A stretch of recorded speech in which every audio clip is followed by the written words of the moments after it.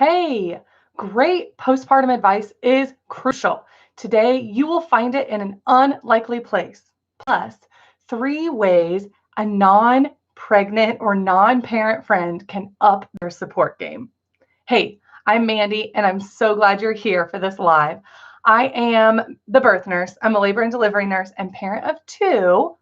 And I believe our bodies are powerful. And with the right support, we are totally unstoppable.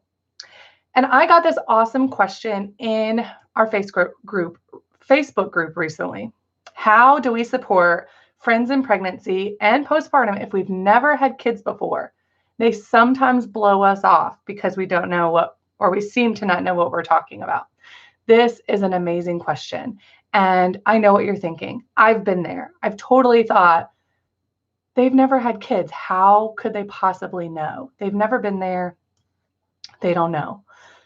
Totally true. They don't know exactly how you feel in your present situation as a parent or as a pregnant person or as newly postpartum. They've never been there. Does anybody really know how we feel though? Really? Like how we feel pregnant, even though a bunch of other people have been pregnant? Does anyone know how our pregnancy feels? No, and being postpartum and breastfeeding, yes, other people have gone through it, but do they really get how we feel when we go through it? Getting up, making the bottles all through the night. It's a common thought that people who don't have kids don't get it, but it's just not true. Here's why. If it were true, why are so many books out there written by people who've never given birth or breastfed before so wildly successful and wildly helpful to so many people? Here's some examples. Dr. Jack Newman, he's a dude. He wrote a breastfeeding manual, a guide to breastfeeding. He's also amazing. I've met him in person. I was like, how possibly could this guy know so much about breastfeeding? But he does. Another example, Childbirth Without Fear, The Principles and Practice of Natural Childbirth. That's a book, old book by Grantley Dick Reed, a dude. Yeah, it's an amazing book. It was written a long, long time ago and republished. Yeah, I think that's what it's called. And super, super chock full of really great, relevant information from a dude who's never been pregnant and never had a baby before. The third one is your male OB. Yeah, you take advice from him and trust him to know a ton about pregnancy and birth, but he's never done it before. Okay, so there's 3 examples why just because someone has never experienced pregnancy or postpartum doesn't mean they can't offer you valuable, incredible advice. So here's the question of the day. Drop it below. What's the best advice you've ever received as a pregnant person or parent? Comment below now, help others, and share the love. I'll put mine below later. Go down there, learn something you've never heard before. That could be amazing. Part 2. Non-pregnant friends, how to up your game, how to get heard by people who are having children, your people, having kids, and you're not there. Well, I have 3 ideas and tips on this. The first, non-pregnant people that are your close friends, they know you. So pregnant people out there, parents out there, your friends, even if they haven't had kids, they know all about you. They especially know who you were before kids, which sometimes feels lost once your whole identity shifts as a parent. At least that's what happened to me. I felt like I didn't know who I was. I felt like I wasn't myself anymore. And those friends that have been friends for a long, long time before parents, not before we were parents, not our parent friends, our mom friends, but the other ones, they know us truly, who we are deep down. They are an anchor to who we were before. So even if they don't have any words of wisdom, they connect you to your old or real you, however you're feeling, your old self, your new self, your real deep down self. They are that anchor to that person who you are inside. They can quietly listen, nod, and say, wow, hear your story, right? Because who doesn't like to talk about their birth story, or who doesn't need to talk about their birth story or their breastfeeding journey or their anxieties, their postpartum stuff. We're figuring out who we are postpartum. Many times people don't need to be fixed. They just need to be heard. So you don't have to have kids to be a good listener. Number 2, pile on all of the things that they admire about you. Non-pregnant friends, non-parent friends. Pile it on. Pile on all of the truths that you know about your parent and postpartum friends, all of their strengths. These are real and they come from a place of love. They are truthful, they are meaningful, they are memorable. So the strengths come in handy postpartum. New parents need to hear what they're good at. They need to rely on the strengths that they already have, and they need to be reminded about them because their brains are mushy.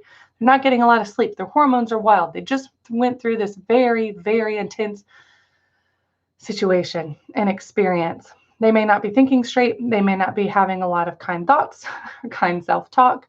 They need to hear that again from you, and you know it because you're their anchor, remember?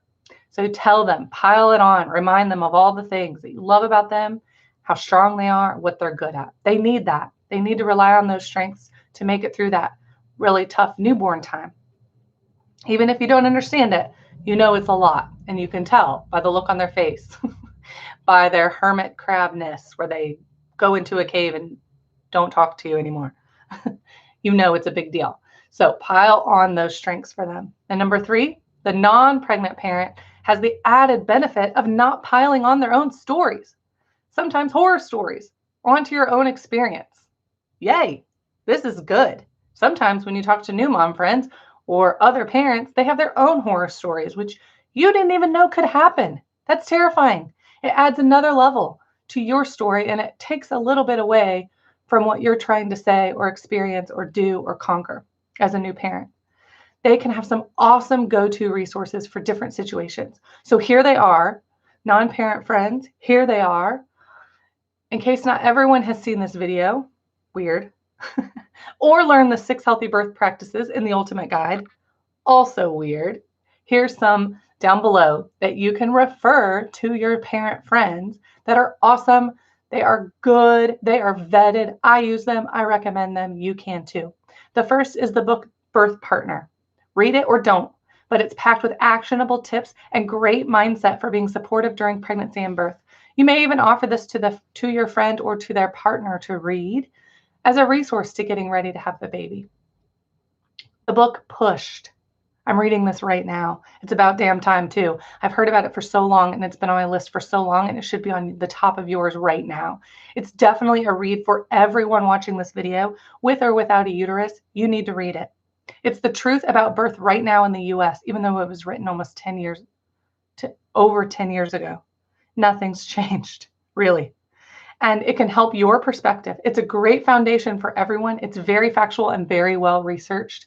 I highly recommend reading the book Pushed, especially if you live in the US. 125 labor positions to rock your birth. That download is down below. Send them the link so they can download it to their phone. Everyone loves a good resource, especially if it's from a friend and free, which it is down below. The last resource is yourself. Non-parent friend, give the gift of your talents, your love language, gifts. If your love language is gifts, take bagels, drop them on the porch. I love a porch drop. Take bagels, drop them on the porch, text your friend, hey, I just left bagels. You can get them in your underwear whenever you get to the porch next, but they're there. You're welcome. I love you. Drop off a breast friend pillow. I love them. Love that pillow. Because you heard from Mandy, the birth nurse, that it was awesome and you want them to have an awesome experience. So you gifted them something that they might need because they're trying to breastfeed, whatever, right? What a wonderful surprise to see a porch drop. Words of encouragement, if that's your love language, write out their strengths and awesomeness in a card. Mail it to them. You don't have to go over there. Acts of kindness is your love language. Go over and do the dishes while they tell you their story. take their dog for a walk, pick up baby wipes at the store, get gas in their car. It's all helpful and it's all loving, even if it's little. It's your strengths, and you can help them with little tiny resources that mean a lot. And you do it without them having to ask, because it's very difficult for many people to delegate postpartum. You just feel like you should be able to do everything, and Instagram, everyone can do everything, and you don't even know what you can't do or what's next or what's up or what's down. That was my postpartum experience. So I would love and did love when friends came and just helped. They brought food, they did porch drops. Even if they didn't know exactly what I was going through, they knew it was a big time and they wanted to help me and show me love. That is incredible. Next, watch this video and share it with your pregnant friend. This is a popular live video about the moves in pregnancy that help labor go smoothly, plus my epiphany about the pelvis. Thanks so much for watching. Give this video a like if you learned something, and subscribe. Click on the bell icon after you subscribe so you can get notified of next week's live video. Thanks for being here. I'll see you guys next week. Bye.